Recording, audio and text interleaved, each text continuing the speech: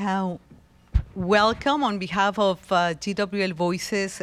Welcome to this event. We're still waiting for a few more people queuing downstairs, but we want to start on time because we are aware that your schedules and agendas are fully packed. So once again, my name is María Fernanda Espinosa. I'm the Executive Director of GWL Voices. And again, welcome to this event entitled, What Would It Take to Have a Madam Secretary General? So basically, the discussion today is on what many of us see as one of the unfinished promises of the United Nations, the appointment of the first woman Secretary General.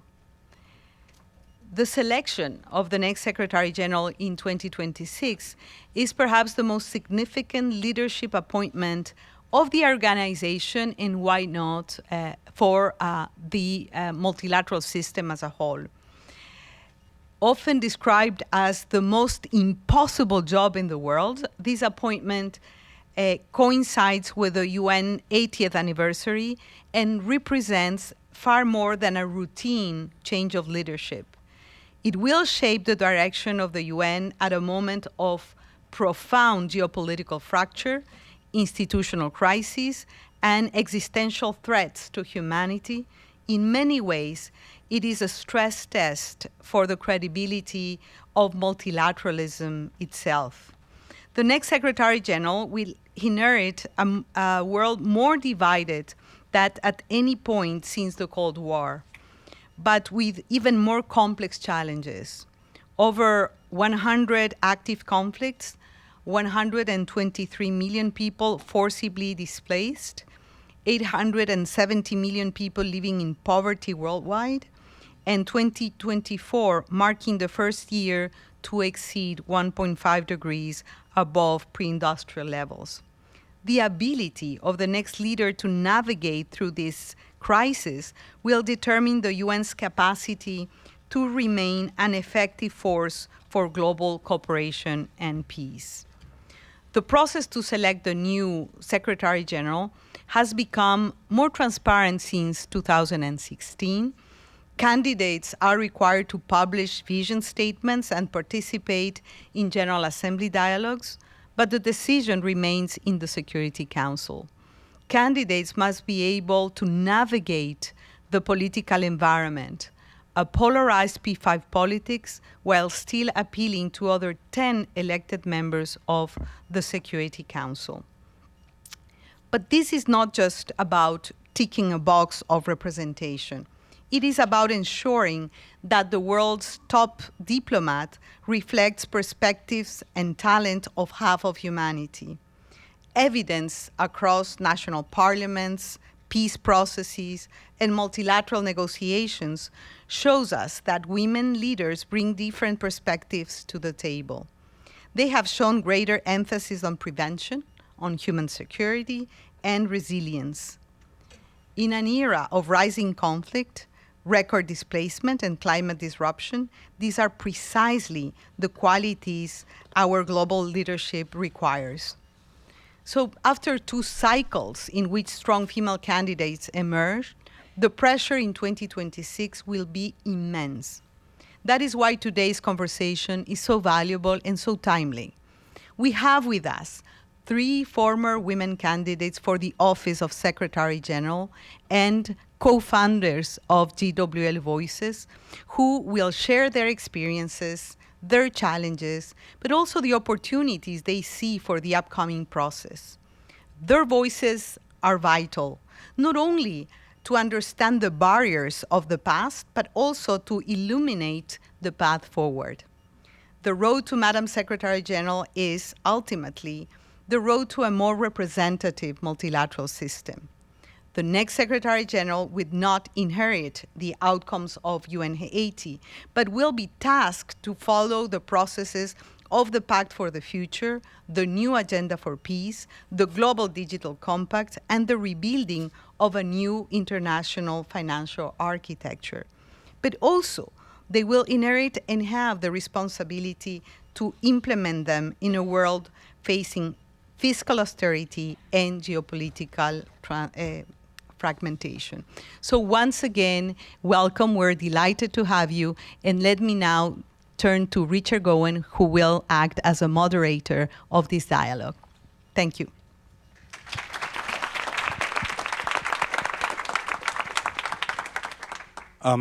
Thank you very much, María Fernanda. And thank you all for joining us today. Sorry if it was a bit of a hike to get up here. You know, this high-level week, some people have problems with escalators. Some people have problems in elevators. And I have some thoughts about how we could, change this building a little bit, but I will keep those for another time. It's a real privilege to be here. I am obviously both the token man on this panel, but also the token person who has never held high office. And it's a great privilege to introduce Irina Bokova, the former Director General of UNESCO and Foreign Minister of Bulgaria, Helen Clark, the former head of UNDP and Prime Minister of New Zealand, and Susana Malcorra, the former chef de cabinet to Ban Ki-moon and Foreign Minister of Argentina, and also the co-chair of the organization that I work for, the International Crisis Group. And we have said that it is past time to have a woman as Secretary General of the United Nations. We're going to travel back in time a little bit. We're going to talk about the 2016 race for Secretary General, when Irina, Helen, and Susana were all candidates, and all candidates who at different times I heard described as the strongest for the job. Now, all three have that record. So we're going to look back, but we're also going to look forward. And we are going to be talking about how next year's Secretary General race can shape up and what the pathway is for a Madam Secretary General. To start by looking back, let's go behind the scenes a bit. I will go start with you, Irina. But I have one question for all three panelists. What is it really like to run for Secretary General? What was behind the scenes? What struck you about the process that you hadn't expected? And to be really honest, did you feel that, again, behind the scenes, you were facing double standards related to the fact that you were a female candidate for the role back 10 years ago? Well, thank you very much, Richard. Before that, I would like to thank María Fernanda, because I think she said it all. After your speech, I said, what we are going to say? I mean, you really said it. Why it is important, and what are the challenges today, and what the next Secretary General, the Madam Secretary General, can bring to the world and to the United Nations. So thank you once again, indeed. And let me just say that I'm extremely happy to be here with Helen and Susana, to go back a little bit to first our joint work. Before we became candidates, we were working together. And we were working together very closely with Helen, UNDP, and UNESCO. We launched so many initiatives and fantastic work. Maybe you didn't mention something important, that Helen was not only Prime Minister. Before that, she was a Minister of Culture at some point. And this was very important also from my perspective as former Director General of UNESCO. And then, of course, Susana is a chef de cabinet, and Ban Ki-moon, so supportive of everything that we were doing. And these were fantastic times. The Agenda for Sustainable Development that we all worked in order to be adopted, of course, climate agreement, and many, many, many others. And then, of course, came the elections for the Secretary General. Now, to be frank, I didn't expect that this will be kind of a hidden process, because the decision of member states at those times of the General Assembly was to be more open, and it was to involve the civil society. And I see here many, I would say, supporters. I cannot enumerate all of them, from the civil society groups and other entities, institutions that accompanied this process.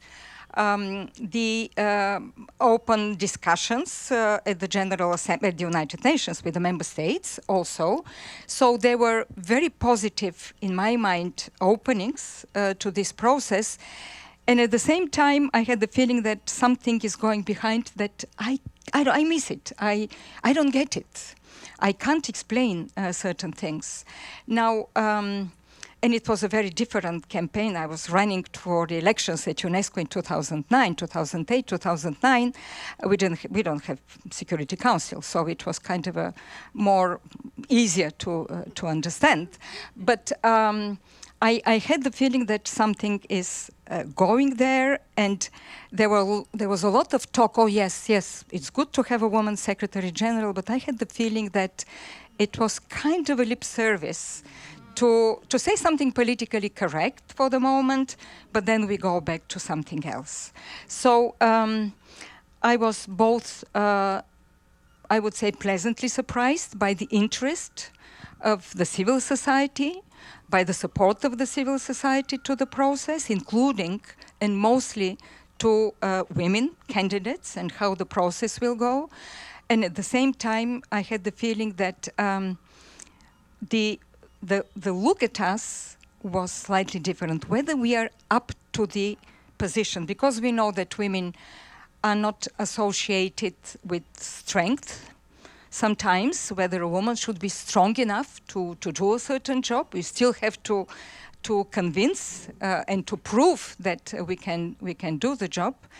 And then I would say that it was just business as usual behind the scenes. This was my feeling. Helen, was that also your sense during the race a decade ago? So, a lot was made by the previous President of the General Assembly of, his attempts to bring transparency to the process. But as Irina said, there was always a hidden hand. So the transparency was really a fake transparency. The civil society did get very engaged, and that was appreciated, and I think very open to a woman Secretary General, openly supportive of it. The General Assembly held the sessions where each candidate got 2 hours to present their case, and also for the first time there were people prepared formal brochures and biographies, and there was a website for that. But if there's a hidden hand, it's fake transparency, and the hidden hand is that the decision is made by 5 members of the Security Council. Because even if you had a majority on the Security Council, if you have any one veto, you don't go forward. And only one name goes to the General Assembly. If we're looking at reform, of course, the desired way forward would be for the General Assembly to have an open vote, vote by elimination, drop off each candidate from the bottom till you get to the final 2 and decide. But that's not the way it is.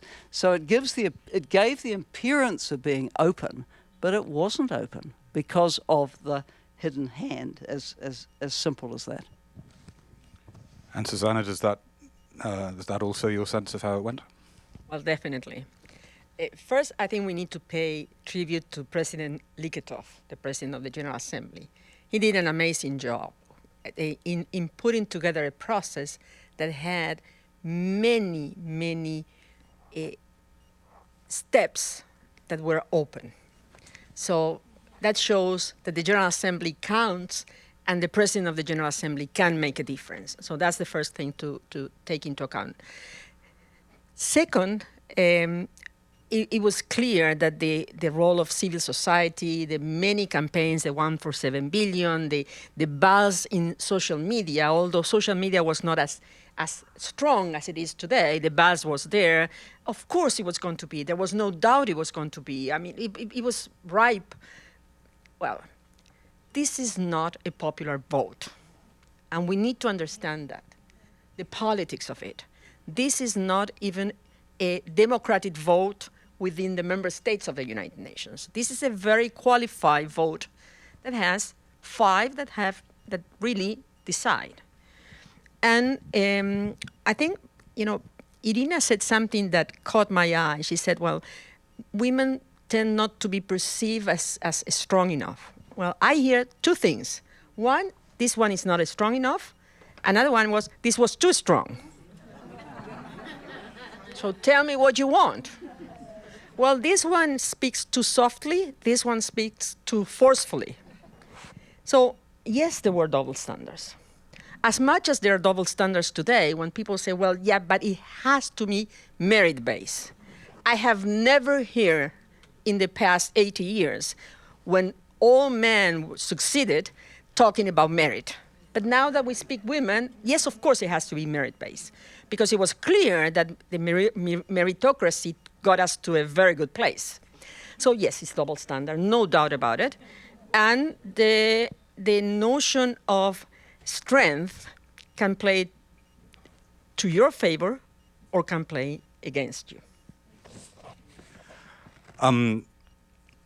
So this is real talk. This is real politics. So here we are 10 years later. Once again, the conventional wisdom for some time has been that it must be time for a woman to be Secretary General, but once again, that conventional wisdom is being challenged. Helen, I mean, what do you see as the biggest barriers for a woman to succeed next year? I mean, is it the politics, or is it sort of deeper cultural, institutional factors?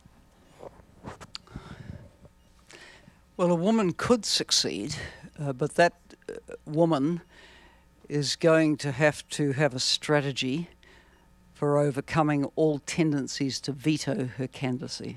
That's what it comes down to. So it's going to require a lot of legwork, and you know, I mean, let's be honest with countries, among the countries who hold a veto, there are some where, you know, popular pressure wouldn't play a role domestically, whereas, you know, if you're talking the UK, for example, a good civil society campaign could have an influence on how the government of the UK saw it, maybe even France. But I'm not sure that would have any impact where we are today, or in Russia or China. So, you know, the sort of civil society pressures we'd expect in a lot of the campaigns we run aren't going to be felt in the capitals of those countries. Now, to what extent do they care what civil society here in you know, the bubble here does? Probably not a lot either. So it's going to come down to whether the woman candidates can have a strategy for relating to each of these very diverse P5 members. And of course, if you relate too much to one, you'll be offside with the others. So, and I remember a very senior diplomat saying to me in the course of the campaign, your strength is your weakness. And people said, you know, you should play down that, you know, you're a strong leader. But for people like us who've come up in a generation where women had to really knock down doors, right? You know, you're forceful. And to pretend to be something you're not isn't going to work. That's fake.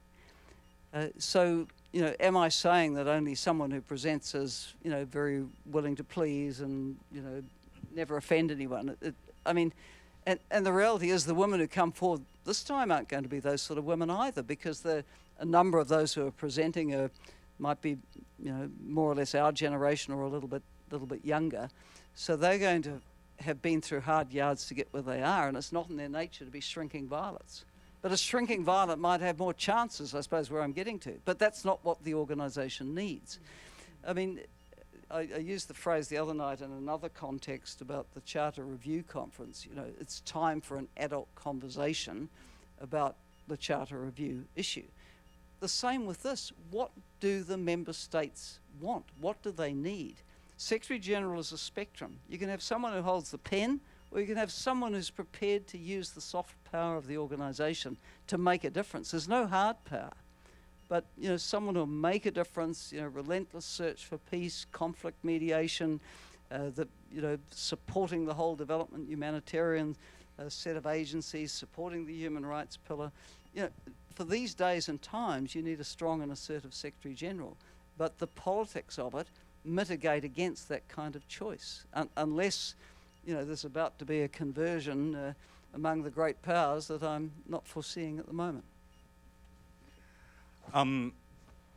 So, Irina, as you all said, the contest is skewed.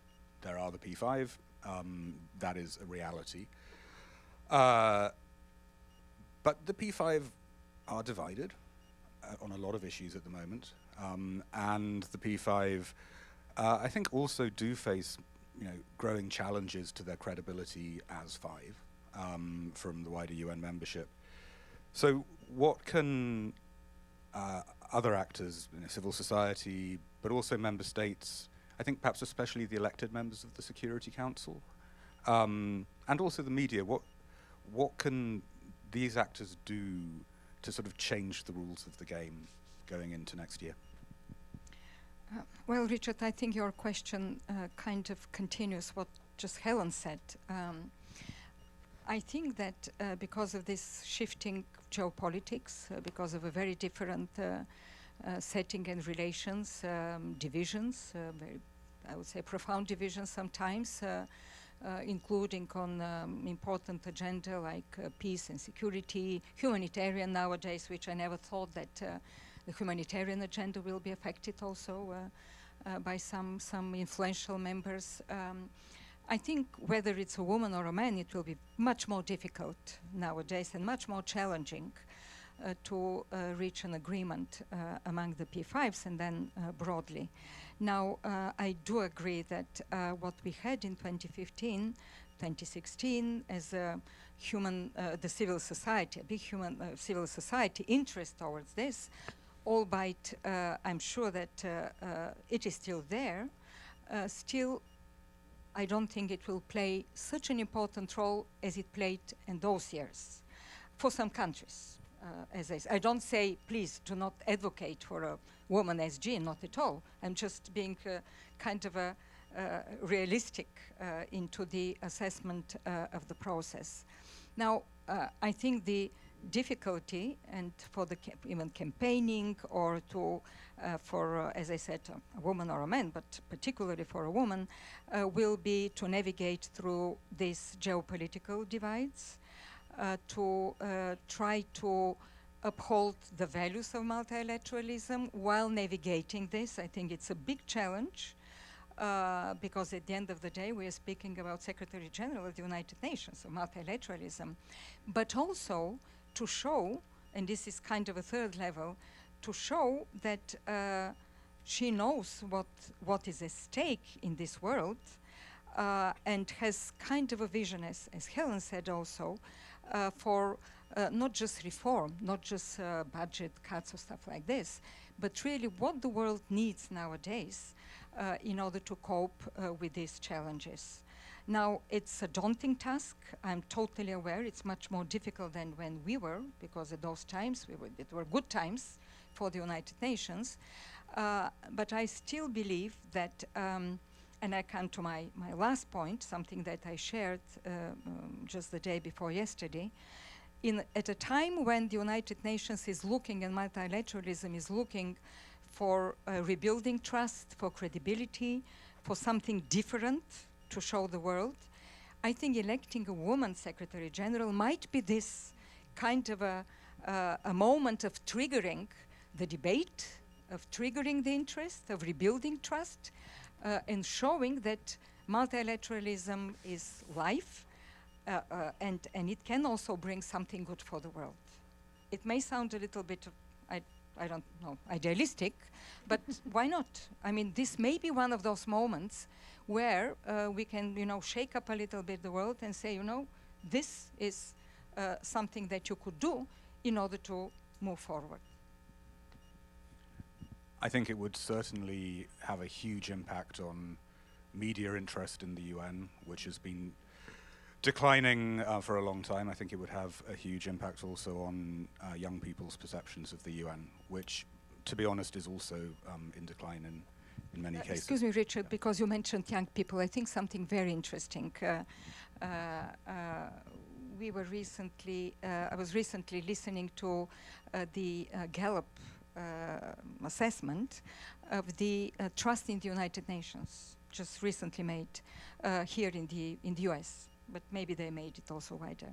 What really struck me is that the trust among the Gen Z, the 2025, is about 70%, the highest.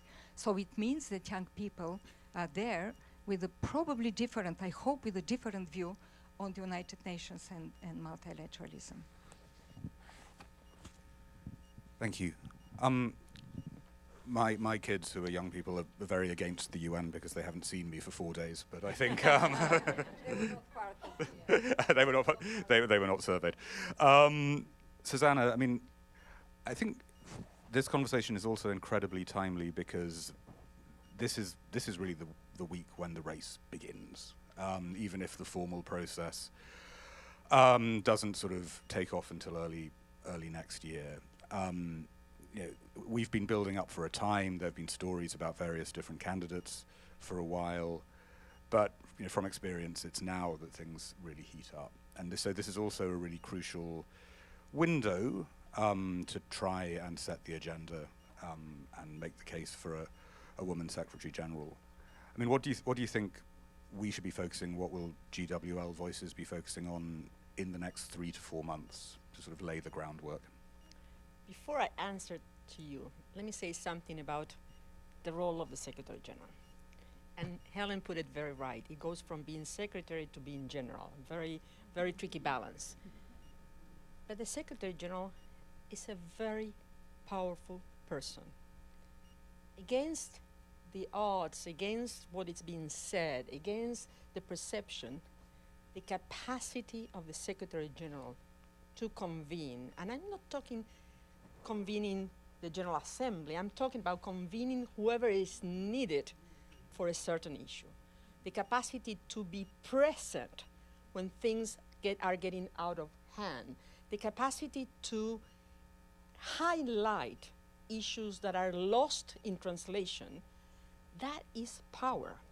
And often is power just because you speak about it.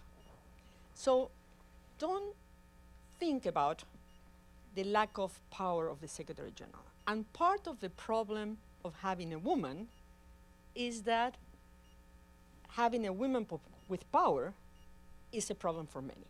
So let's not lose sight of that. Let me go now to GWL Voices. Well, we have been working on this for a long time. In fact, just as a background, Helen, Irina, and I came together to have this organization taking shape after failing. And I like to use the word failing because that's what happened. We failed. And you know what was terrible when the decision was taken for me personally was not so much that I lost. Of course, I was very unhappy that I lost. Let me not fool you. What really made me sad was that there was not a single woman out of 7 that could be suitable for the job. And you could cross-check whatever you wanted, and we had a woman there with that profile. I have big respect for Antonio. He has been a colleague, a friend. We work together. He has many skills and capacities. He's not a woman. That's the only thing, you know. So we came together with this notion of working on the leadership of the system to strengthen the presence of women. And of course, we started 6.5 years ago. Now it comes the time where it's at the peak our work because it's the time for electing a Madam Secretary General, and that's why we launched the Madam Secretary General campaign. This is the moment where we just need to be there advocating, speaking with everybody. We don't fool ourselves, so we don't only speak publicly, we speak with the right people in the right place, the E10, the P5, just making the case and telling them why we see the case is important. We are not backing any particular candidate. We are talking about a Madam Secretary General. We just want that transformation to take place. You know, when you look at the charter says that men and women are equal. And this is 1945. So we are not talking about, you know, some crazy leftist approach. This goes back to 1945. Give me a break. And what is more important to prove that than to have a woman at the helm. So that's what we're going to be doing. We're going to be active. We are going to be present. We are going to be in the press, in places like this, in every single opportunity, and just be loud and clear, understanding that we cannot be activists. We have to be influencers. We have to speak with the right tone to the right people. If I can just ask you one follow-up question on that. Talking to member states, are there member states champions of this cause that we could, don't have to name them. Well, I will name a few. Okay, Yeah. because I think that matters too. Well, let me look at one. I have a representative from Spain here. Spain, Slovenia, and Mexico have been championing this from the very beginning. They have helped us. They have made a case. We have helped them when the process was moving forward. For example, the discussion on the revitalization of the General Assembly, where we dedicated, but when I say we, I particularly say María Fernanda, dedicated a huge amount of time to making sure that the language that was there at least kept what was there in 2016, and because we recognize President Likhatov and when he obtained, and of course we wanted to push beyond. It's disappointing. The resolution has been, going backwards, which shows where we stand, and we need to recognize that. So yes, there are member states. There are a significant number of member states that back at the end of the year last year signed on this notion of having candidates, women candidates, which was something very important. I will tell you, at least one member state that signed then will not sign today, at least one. But yes, there is, and there is, at the level of 80 plus, some are wholeheartedly convinced, some understand that this is the time, so no question about it. And we need the P5 to feel the political pressure coming from member states. Civil society is fundamental, the base is fundamental, but if there is not political pressure, this ain't gonna happen. Helen, I want to come back to something that you were already talking about, which is the need for a vision. You need a visionary Secretary General. So I have two questions for you, and then I'll put the same two questions to Irina and to Susana. What would the components of that vision be? If you were running again, and feel free to do so, what would you be putting at the heart of your campaign and your messaging this time around?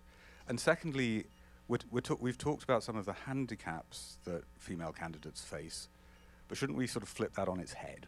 Shouldn't we be talking about the strengths of a female candidate? I mean, no one sort of says, oh dear, that's a male candidate, he's a man, he'll have sort of problems.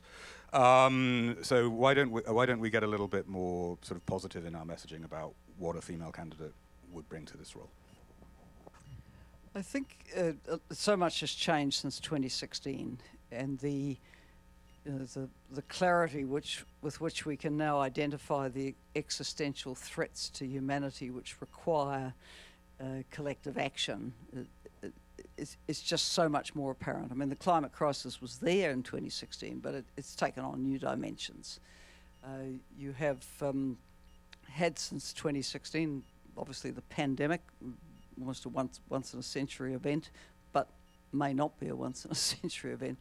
And the need to confront this as an international community and get the right process in place. You've got the ever-present existential threat of nuclear weapons, and again being dangled, for use as a possibility. So then you have the growing inequality.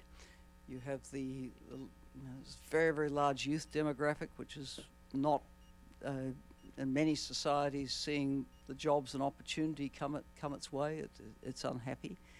So I think you need the sort of leadership that can stand out there and say, look, yeah, we are living in challenging times, but we humanity have the capacity to deal with this if we pull together, and to really be a unifying force across regions, political systems, beliefs, to say, let's identify what we have in common. We have more in common than what divides us. So let's focus on that and focus on the common threats, the shared challenges. So I think it's setting that kind of high tone, which will be important. Being a unifying Secretary General. If there's a hint that you're going to be a divisive person, that doesn't work for anyone. Now, secondly, on the strengths of women, I think you're right, a case can be made at this time for women's leadership, which generally is written of as being more inclusive, flatter structures, wanting to hear the range of voices before making decisions. You could draw on the role that women mostly, and I say mostly but not all, but women as peacemakers from the family right up. It's women who have to deal with settling issues in the family. It's women who come to the fore when there's a debate about how to proceed with peace in a society. Think of the women of Liberia, the women of many countries who've been such a tremendous force and voice for peace. So, calling on the rallying of women for peace and bringing that touch to it, I think would be important. I think women also as a majority, which are often treated like a minority and have experienced severe discrimination, you can bring a particular touch on the inequality and equity rights issues as well. And then I think in an age of such incredible humanitarian crisis and challenge, a woman's touch and the empathy that can bring to dealing with that could be important. So I think a case can be built around all of these aspects for why it's not only time, this is the time. If ever women's leadership and the particular characteristics generally associated with it are needed, it's now. I'd vote for that. Irina, your thoughts on these points? Well, I can only subscribe to what Helen said. I think that the eventual, I would say, hopefully, election of a woman SG will probably bring not just interest, as you said, interest of the media and others, but actually will represent what United Nations stands for. It's about inclusion. It's about giving everybody a voice. And women are half of humanity. And women are not indeed a minority somewhere. So it's just natural to that half of humanity is also represented. Now, whether, and the vision, of course, and I agree that with the kind of a new world that we're living in, there are challenges that concern us all. I think the COVID pandemic showed it, and at those times we thought we will never back go to business as usual, but unfortunately we did. So there are challenges that are not very much high, I would say high on the agenda, like the nuclear threat, and definitely a need to look at that. Arms, military budgets, negotiations, everything is out there, and the United Nations was about this also. Less and less nowadays, and I think we should really regret it. I think the future Secretary General should reach out to everybody. I would say she should be able to talk to everybody, not afraid to talk to everybody, and to try a true preventive kind of a diplomacy. We speak a lot about the preventive role of the United Nations, but you should go out and speak before the conflict is coming. You should go, and you may not succeed entirely, but you have to make an effort. You have to go out and to do something. And I'm sure that women have a much more kind of a proactive, as Helen said, empathetic way of, we women are not there only for power. I tend to think this way, but just to do a job, and to do a job with compassion and with inclusiveness also for humanity. And sometimes we pay attention to issues in a world that is so unequal, unfortunately, with such, as Helen said, humanitarian crisis and others, that we really need a little bit to go beyond pure rhetoric and stand up to some values. And I think we women, from that point of view, are more capable and more brave to do it. Thank you. Susana. Well, you know, I think there are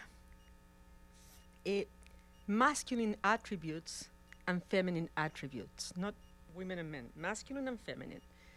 And they can go to men and women, but if they are defined as masculine, it's because they are more likely to be perceived or found in men, and if they are feminine, it's more likely to be perceived or found in women. So those are the attributes that we talk about. A lot has been said, so I'm not going to repeat. Let me talk about, for example, the capacity to multitask. If there is something that is needed, is multitasking. Is the ability to do many things at the same time, paying all your 100% attention to this one now, but then being able to move to the next one with the same energy and dedication.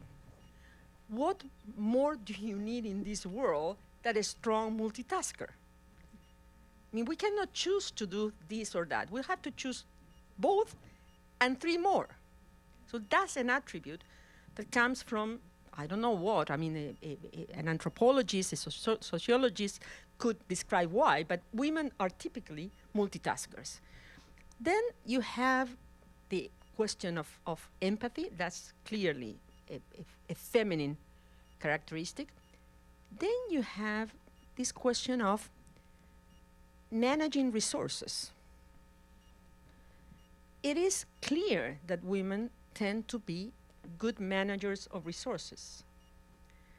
And what do you need these days in this reality than a good, caretaker of resources? I hear so much that notion of doing more with less, which I hate. I hate. Doing the right with what you have. And I think women typically do that better. Which takes me to the last point, and that is going back to basics. Both Irina and Helen spoke about the principles of the Charter, about the different aspects of the Charter. I think we really need to do a reset and go back to basics.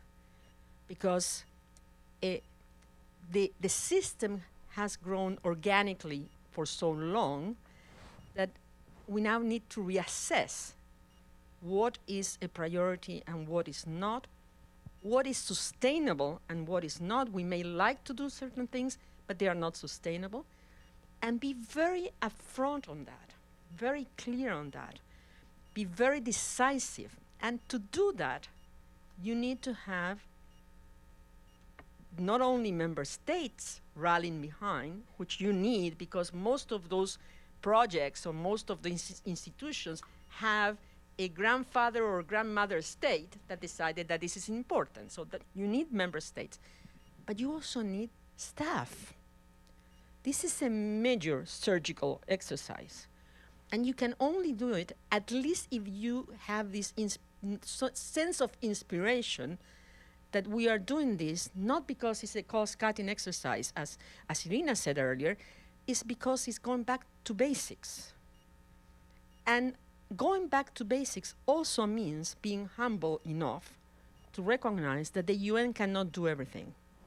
So you need to work with others, with regional institutions, with other players that were not there before that can really make a difference. So those things, in my view, are more likely to be found in a woman. I'm not saying that a man cannot have many of those attributes, but if they are feminine attributes, it means that women are more likely to have them. Yes, I think my wife could tell you that I have none of those attributes. Thank you so much. You've also all demonstrated another virtue, which is concision. We're actually a tiny bit ahead of time. I think if we'd had 3 former male candidates for Secretary General sitting on this stage, it would not have been so concise. So that means we do have some time for questions. And I think, do we have roving mics? Yeah. What I will do is take questions in maybe groups of 3, and then everyone can answer, and then we'll take 3 more. Let's start in the middle. Where are the mics? Where are the mics? That's the most important part. Thank you. Thank you very much. Well, I am Anwarul Chaudhry. I'm a former permanent representative of Bangladesh and a former Under Secretary General in the United Nations with Kofi Annan. I have looked into the question, what will it take to attack? I have one word answer, sanity. That is what is needed. And I believe that is important. And we have to understand that, you know, for Mr. Gowan, I would say, he would have been big trouble if there were 3 men sitting there with his questions and his comments. So I think we should honor these ladies who have joined us and shared their knowledge and experience with the United Nations in a big way. I think my special tribute to all of them very much. I have 2 points. One is an opportunity, and second is a challenge. Opportunity, because the charter was very clever in saying Security Council recommends and the General Assembly appoints. So that is the chance of the General Assembly. 193 of them have to decide what we want. And that is they should, for practical purposes, and we are working with civil society to organize that, they should reject any man nominated by the Security Council. Any number of times. 3 times you go back and you feel powerful with the veto power. At least 2 of them feel extra powerful. So they will come and veto that the General Assembly has rejected their choice. So that will go on and on till they get the message that it has time. And now it brings me to the challenge. If they decide in their so-called smartness, at least 2 of them, to decide to send a woman who really does not fit into the criteria of a Secretary General, what happens? Would we reject a woman selected by the unanimity of the P5, or go for a man? 10 years again, because it is no longer 1 term. 2nd term is automatic. Nobody cares to know what is his performance. So that is the big question. I start asking myself, and many other people have come on to say whether we go for at least breaking the glass ceiling by appointing a woman and take our bet that she will stand up to the demands of the office. So that is my big question. And otherwise, the civil society campaign has to work. I sometimes refer to Jody Williams's campaign for landmines treaty, where the member states failed. She aroused the civil society campaign and got it done. So we have to do that. We have to do like that. But General Assembly has to really also have a resolution now, like they did for Palestine, that they asked Security Council to reconsider their denial of the Palestinian statehood. So that kind of opinion is needed. Thank you very much. Thank you. Thank you. I think there was a question, lady in the striped shirt. Just. Sorry.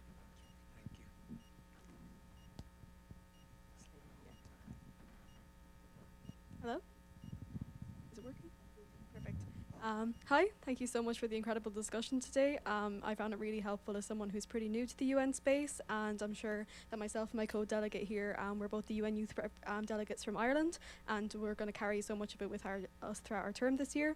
I suppose my question comes from the discussion you had on young people. I found it really inspiring that you actually included young people in the discussion, because so often we are left out of the discussion and we're not even considered when it comes to topics like this. So my question is, what advice would you give to young leaders, but especially young women who want to take on these leadership positions to drive positive and progressive change at the UN? Thank you. If you could pass the mic to the gentleman with the red tie, Jahangir. We'll stay with the central block and we'll come to the wings in the next round. Thank you. I'm Jahangir Khan. I'm the Secretary General of the UN Council of Presidents of the UN General Assembly, which is composed of all of the former presidents of the UN General Assembly and includes each serving one. So indeed, Mr. Likatov, who was president of the last of the General Assembly, played a central role, and he's one of our members, and I'm delighted that one of our members is in fact María Fernanda Espinosa, to whom I would say we should all support for Secretary General if she decides to run. She certainly has my vote. Let me just say that the nomenclature, Madam Secretary General, we need to add one more word to it, Madam Secretary General now, because the issue is not tomorrow or the next time, but it has to happen now. I was reflecting on the realpolitik conversation concerning the P5 in particular and the relationship with the General Assembly, and I'll keep this short. The fact is that 4 of the P5 have never had a woman leader. If you reflect on just that point, only one of them, the United Kingdom, had the Queen and a British Prime Minister, several of them. All the other 4, including the elections that took place here, did not succeed, even though they'd be very strong candidates. So we should keep this in mind in terms of what the national politics is. And when it comes to the issue of how, what Mr. Chowdhury was mentioning, the relationship between the General Assembly and the Security Council, indeed, there is an opportunity for the General Assembly to play a more proactive role. And indeed, the President of the General Assembly can play a very assertive role, and we hope that with the election of Madam Baerbock, there is a real opportunity because there's a strong leader. But in that regard, we should also reflect on the fact that even the General Assembly has only had 5, including the current. María Espinosa is one of the 2 living members of our Council of Presidents. But that in turn demonstrates that even the General Assembly in its wisdom has not yet reached the point of parity, because it's not about equity and equality, it's about parity. And so I think the point here is that the recent resolution on the revitalization of on the General Assembly, and in particular the election of the Secretary General, they really struggle with the issue of whether it's essential or it's desirable. I'm interpreting the resolution, and they ended up by, in effect, saying it's desirable, and even that in a very diluted manner, and not essential. And so there is, if we were to go to Mr. Chowdhury's point, an opportunity here if we were to look at the rules of procedure, because actually, if you look at the rules of procedure as written in 1945, the President of the General Assembly, who has a central role, has in fact has required to call for a vote when a candidate, even if it's a singular candidate, is presented to the General Assembly. However, by tradition, no president has dared to call for a vote, and I say dare because they're under pressure from the Security Council, and instead the candidate that is recommended by the Security Council is accepted by acclamation. So I would say that if there was a courageous president and a strong president, there's an opportunity to do what Mr. Chowdhury mentioned, that for the president to do what is required, which is to call for a vote. And in that context, the issue of gender, and it's not even about gender, the issue is really ultimately of finding the absolute best qualified candidate. And last time round, each of these 3 ladies, if I may say with all due respect, were very well qualified, the best qualified. However, they were all running against each other, and there was a plethora of women, including from yours, Madam Bokova, where there were 2 from your country. So 2 women, very eminently qualified. So indeed, but I would say I would say, with all due respect, that if we're to be serious in a credible way, it's also important that there's not, that the women candidates themselves should come around with a narrow field, because last time around, I believe, it was a divide and rule situation. And in fact, the other criteria which was not respected was that it was meant to go to the East Europe, actually. And there were 4 regions that fielded candidates in defiance of that principle of rotation. And we ended up with a Western male candidate which defied both gender and geographic regional rotation. So I think here again, we have to go back to the original basic understandings. And so my question, and sorry for this long conversation here, is, you know, how can we encourage the President of the General Assembly, like last time with Mr. Morgan-Zlakatov, to play a more central role, particularly because she is a woman. And in her opening address, in our inaugural address in June, she made a point, Madam Baerbock, the only point, substantive point she made, was that it's time for a woman Secretary General. So we have an opportunity here, with her at the top, to play a central role in this regard. Okay, all right. Yes. Well, okay. No. Jahangir said that Tikbeli was the first Secretary General and the only Secretary General who was voted upon by the General Assembly. I'm just going to bring in one more person before we come back to the panel. Natalie Samarasinghe. Just in UN terms, let's try and have slightly fewer preambular paragraphs and slightly more operational paragraphs and questions. Natalie. Thank you very much. We're talking about masculine and feminine characteristics here. I think we had conciseness of questions is probably one that I might flag. I'm a co-founder of the 1 for 8 Billion campaign. It's very hard not to think of what could have been looking at this panel, so I just wanted to say that. But I do have an actual question, Richard, you'll be relieved. There is a very spurious angle, I think, that has been used by people who should know better to say gender is a distraction. It's about peace and security. The implication being, of course, that a woman Secretary General couldn't do that. You have answered this in different ways, but I think this is something we hear time and again. I would love just to hear a very kind of, dare I say, combative response to that, to just rebut that it would help all of us in civil society. Okay, Helen. Well, I mean, if it's about peace and security, there's no reason why a woman shouldn't be the preferred candidate. I think we just dismiss it in that way. On a couple of the other points, I think actually Boutros Ghani was denied a second term. And so one of the reforms I've long thought should be advocated for is 1 7-year term for a Secretary General, no re-election. Because the truth is, if you think you're not going to get the job the second time round, because it's not automatic, you may pull your punches in the first term, and that's 5 wasted years, isn't it? So 1 7-year term to give it a clear run.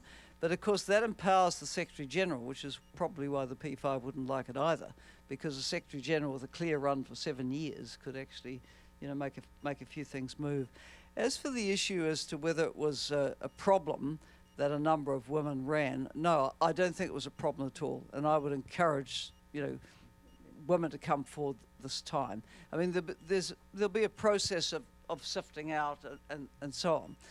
But if you only put up one woman, then all hopes are on that person. If that person's knocked out, something comes out of left field and they go, what are you left with? I don't think it was a problem that there was a field of us, and in the end, the way the contest ran, it wasn't us against each other, it was us against the male candidates, actually, and one of them won. On your issue of rotation, look, Russia, of course, was particularly keen on the argument that it should be an East European candidate, but I'm of the view that it would be very difficult ever to have an East European candidate, because one that Russia agrees on is not one that others tend to agree on. So the normal rotation has not had the Eastern European bloc at all. It's gone around Western Europe, Asia, Africa, Latin America, Africa, and so it goes round. So Antonio Guterres has in effect taken the slot for the WEOG group for the next 30 years. it definitely is Latin America and the Caribbean's turn. I mean, you've got to be as long in the tooth as I am to remember Javier Perez de Cuellar coming to your country as Secretary General. I met him when I was leader of the opposition. It's a long time ago. It is most certainly the time for a candidate for that region, and I can think of any number of highly qualified women candidates from that region who could do the job. Superb candidates. And we're starting to see some announced. Irina. I just pick up on what Helen said. We were not running against each other, we were running for the job.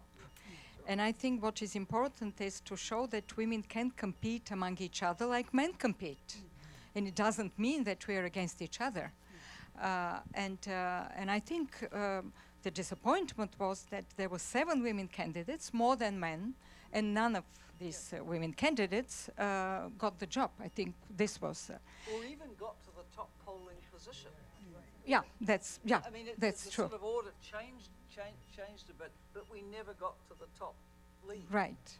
Yeah, at some point I was hearing also that, oh, maybe we should not elect a woman Secretary General, but we should elect a feminist Secretary General. So I said... They were all feminists. Yeah, and everybody said they're feminists. So I said, that's wonderful, but it's not the same. It's very different. But this was it. This was one of my disappointments at that time. Regarding, it's a long conversation about the regional groups. Second regional group is a legacy of a different time.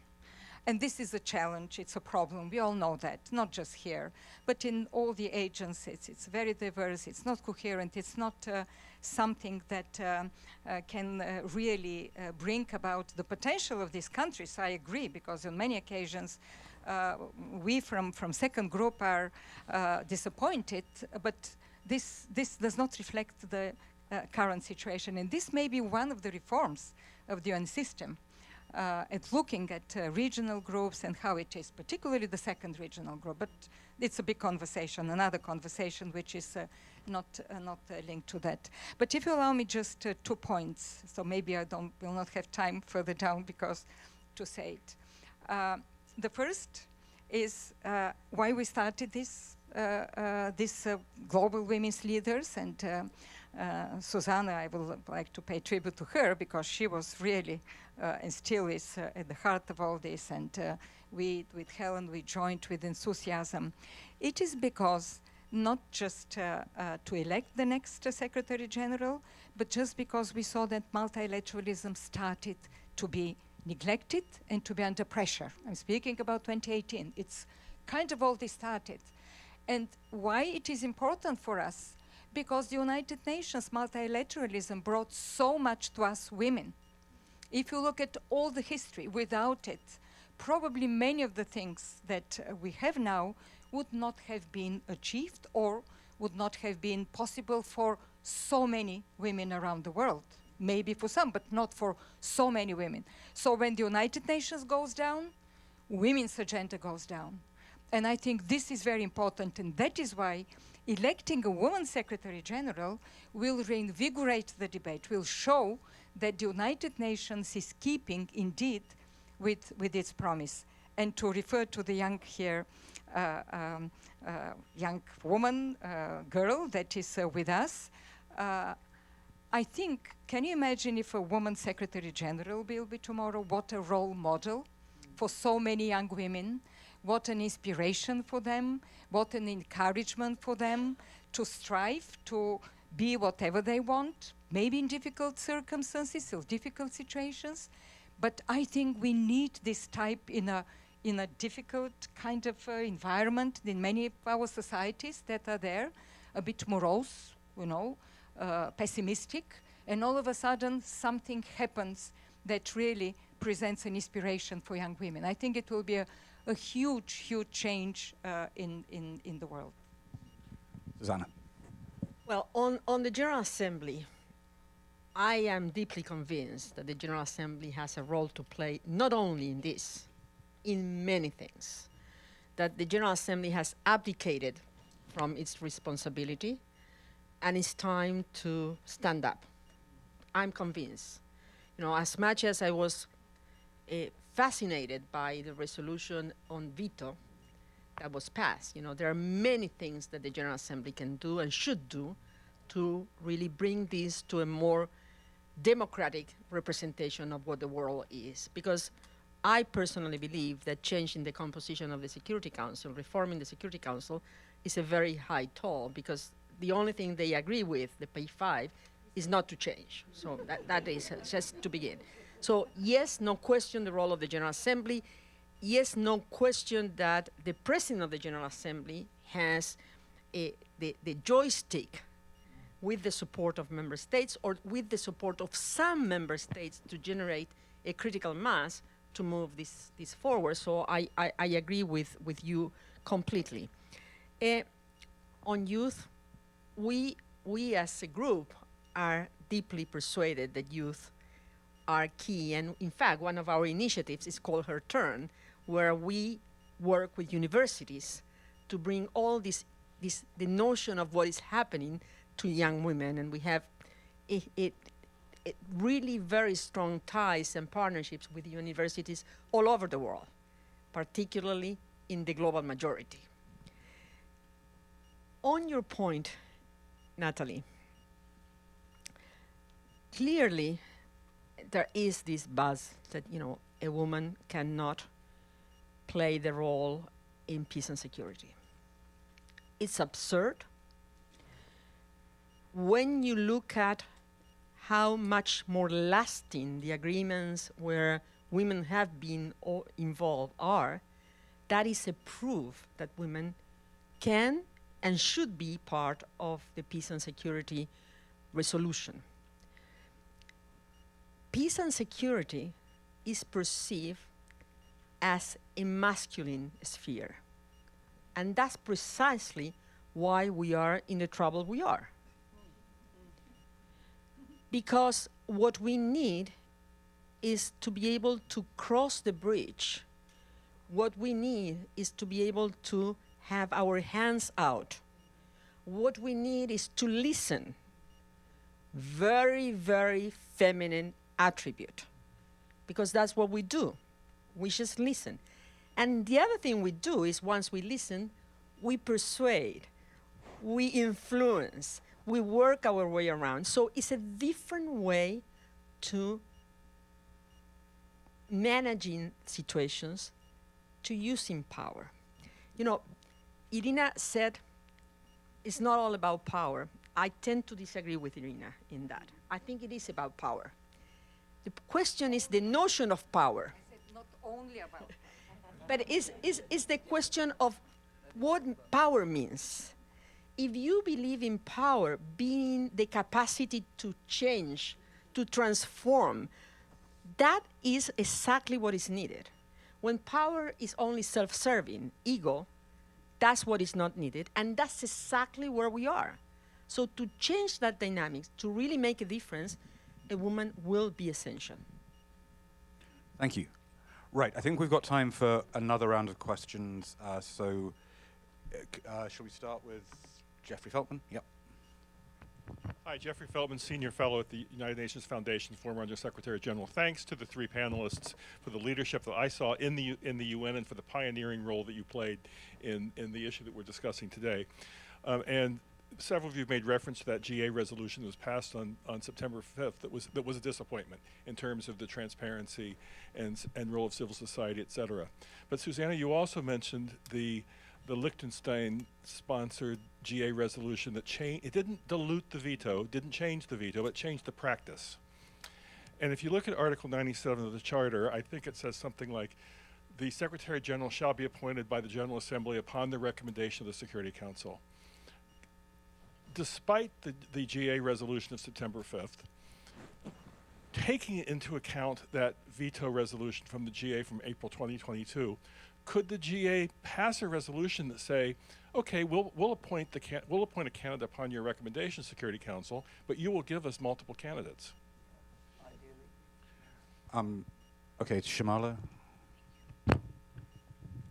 Thank you. I'm Shamla Kandar from Security Council Report, and we followed, the 2016 process, wrote about it.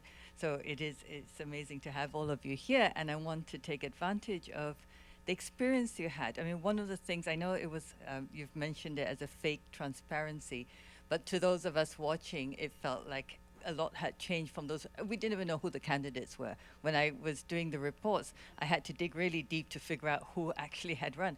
But the hearings, all of you went through that. I'm interested in, let me think how to put this.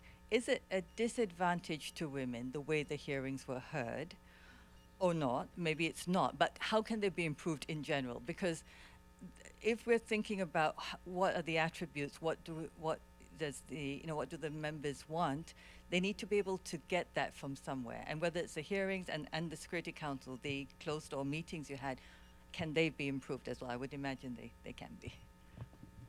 Okay, I've been told that we only have time for one more question, and so in the spirit of balance, I'm going to go over to this side. Sorry. Okay, you've won by standing up. That's a good approach, yes. And apologies to everyone else. Thank you very much. So I'm actually a UN staff member, and I spent many, many years trying to change the organization from within, transformation from within. And I fully agree that electing Madam Secretary General will be a true fundamental change. Naysayers may say this is symbolic, right? But it really will be transformational. Is there a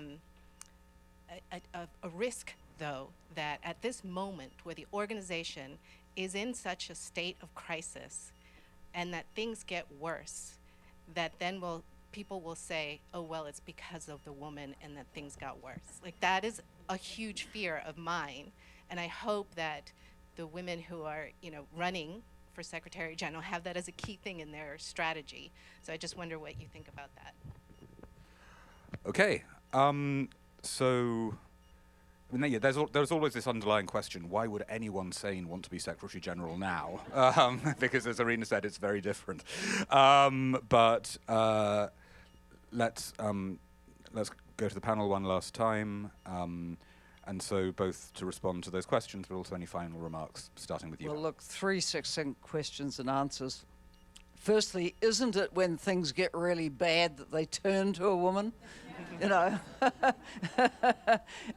and would love us to fail, but we can do it. Secondly, on the hearings, I honestly think there was nothing wrong with the hearings process. I don't think we felt disadvantaged in any way. I thought it was actually quite well conducted. We got a chance to set out our case and take a lot of answered questions. That was all fine. And on the Jeff Feltman's point, totally agree. If the Security Council is going to make the recommendation, send some names. Imagine the excitement. Be terrific. Send 3 names. Ban Ki-moon, as Secretary General, always used to demand that when there was a selection process for a job, he wanted at least 3 names. At least one had to be a woman. He wouldn't look at all women shortlists. So that could be a criteria as well, that among the names there has to be a woman.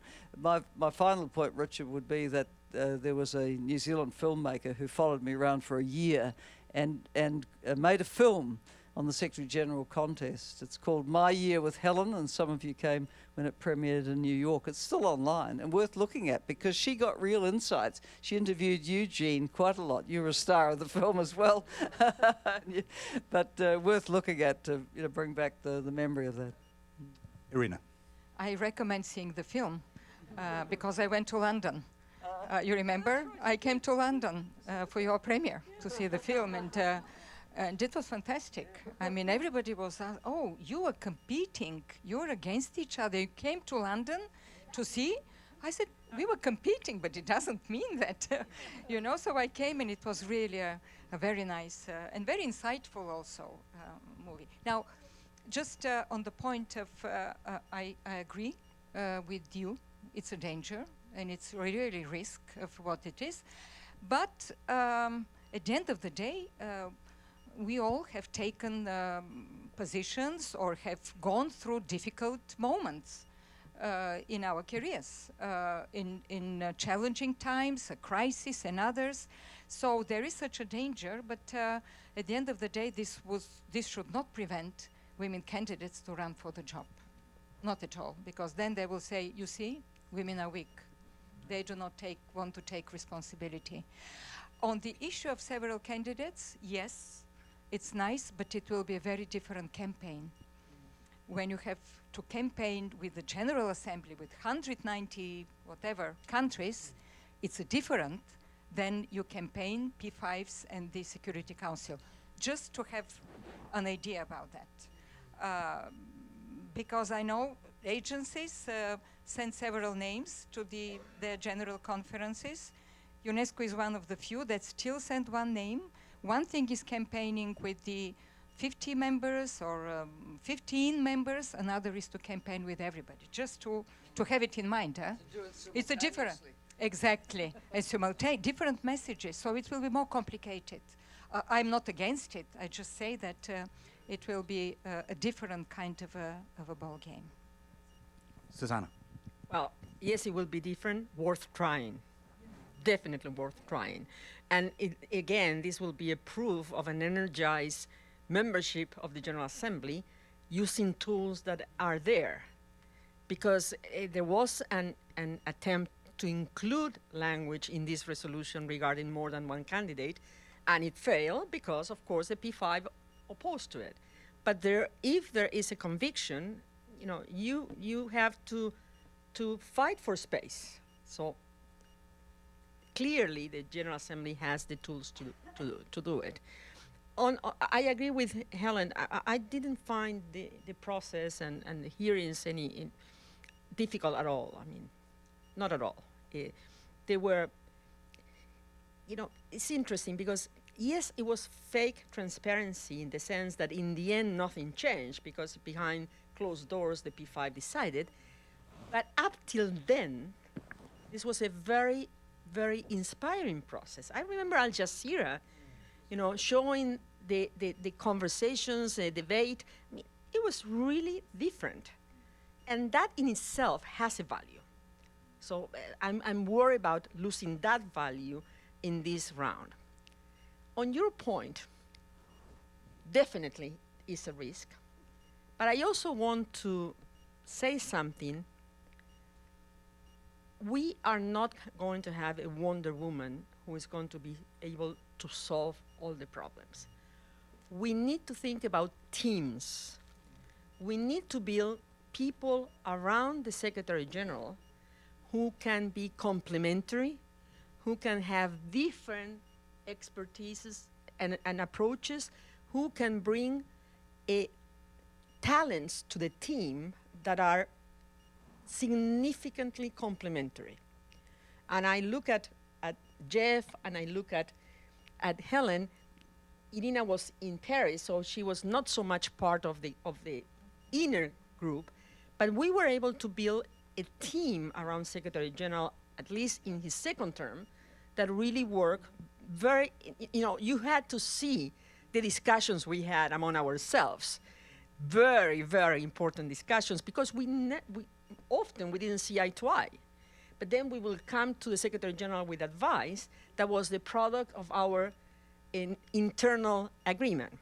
So for member states, they need to realize that putting forward people that are capable, that their heart is in the right place, and are willing to play the role of being the team of the Secretary General, particularly in this time with the Madam Secretary General, is absolutely key. And this is also a change that member states need to recognize.